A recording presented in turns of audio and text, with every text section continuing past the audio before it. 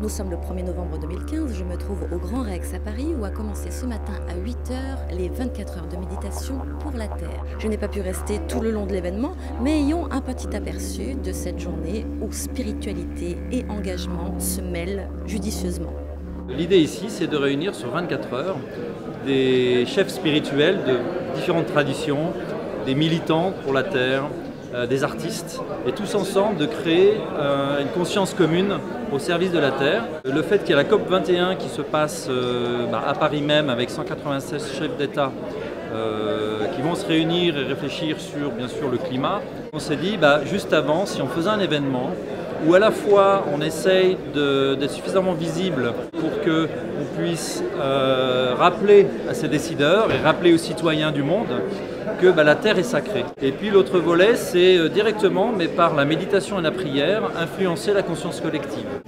C'est guérir la Terre et les habitants de la Terre de la violence. La méditation, je dirais que c'est l'art de ne rien faire. Un moment où on est à 100% immergé dans l'instant présent, où je ne veux rien, je ne fais rien, je ne dis rien. Je suis simplement dans un repos conscient. On va aller au plus profond de nous-mêmes et on va s'apercevoir qu'on fait tous partie d'un seul et même grand corps universel. On commence à découvrir qui nous sommes réellement.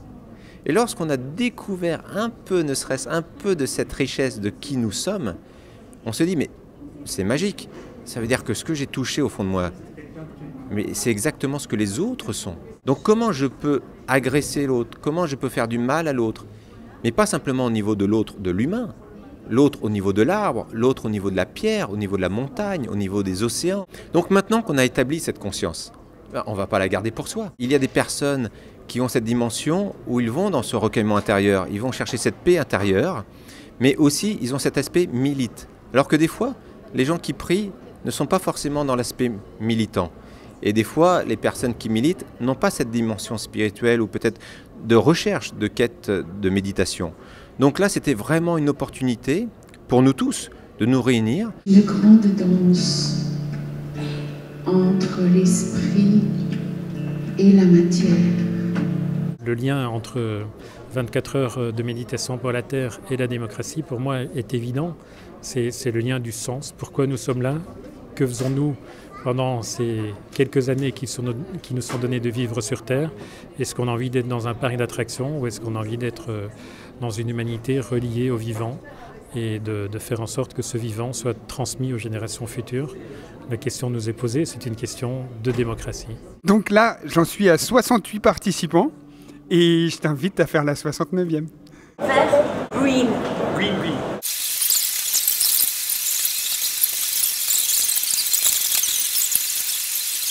J'ai ajouté mon petit mot, équilibre. Si tu veux offrir la paix à la Terre, si tu veux pacifier la Terre, tu commences par te pacifier toi-même.